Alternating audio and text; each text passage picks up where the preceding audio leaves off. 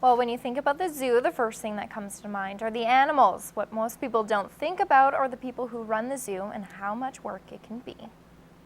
I don't know what kind it is. It sounds like a rough lemur. Meet Wallace Sauve. He and his wife own the Border City Petting Zoo.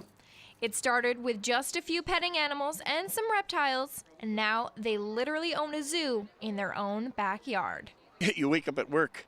It's hard to be late for work when you live at work. Owning a zoo was something he always dreamed of doing, but like many, starting from the ground up proved to be difficult in the beginning. So it's always hard to start something when you have limited funds, but you start small and you work your way up. It's the way it is. Now, 17 years later, the zoo is home to hundreds of animals from around the world. Although this is his dream job, that doesn't mean it's not a tough one. You get up very early, you do all the raking, all the cleaning, not only for the animals, but for the people, like the bathrooms and the concessions and all that kind of stuff. Heavy preparation in the morning, and then you sit down and you have a coffee, and then you go again till 7 o'clock at night, and then you do your evening chores till around 9, and you go to bed and start over the next morning again. It's the love for animals and seeing people happy that make the hard work all worthwhile. The smiles on the kids' faces and stuff like that.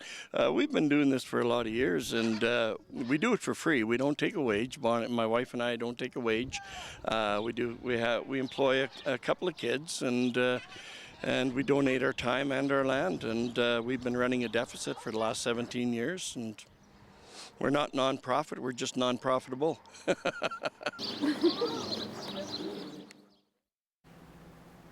The outdoor farmers market had a slow start to the season, in part for multiple rainstorms. However, warm temperatures allowed vendors to enjoy a decent turnout this afternoon.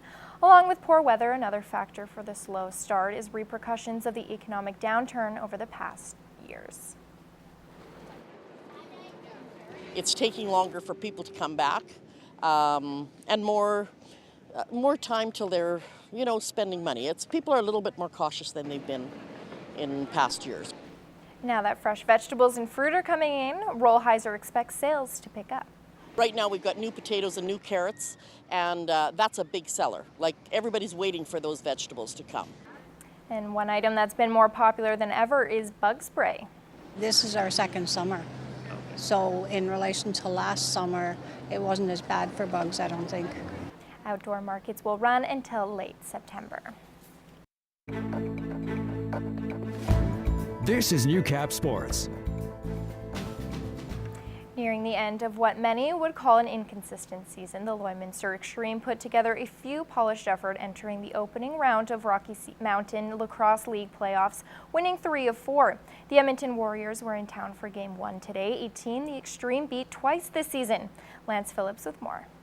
The Lloydminster Xtreme started the postseason the way they finished the regular season, with a win. 5 first-period goals for Lloydminster was all it needed, beating the Edmonton Wizards 9-3 Saturday. It continued a trend of late where the team has performed well as just that, a team. All right, we put in another good effort. Guys, we didn't lapse at any time. We consistent scoring throughout the game. Defense played incredible. Kyle played incredible. It's a good start, that's for sure. I thought my guys were great tonight. I thought they kept everything super minimal. They didn't have too much to work against. Edmonton wasn't throwing a whole lot at us, but the boys played super tight, and it was great. The Xtreme's furious offense fans witnessed in the first period subsided through the second and third, giving the illusion the team's efforts had slowed. But that wasn't the case, according to Murray. I definitely felt like we kept going throughout the game. There was no long times where we didn't have any goals, I felt. Power play played really well today. I think we scored 3 or 4 on the power play, even a couple shorthanded. So, I can't be mad at the guys for that. Despite Edmonton's 1-12-1 regular season record, opposition like the Warriors can present times of mental lapses. But it can also present an opportunity to work on physical aspects of the game.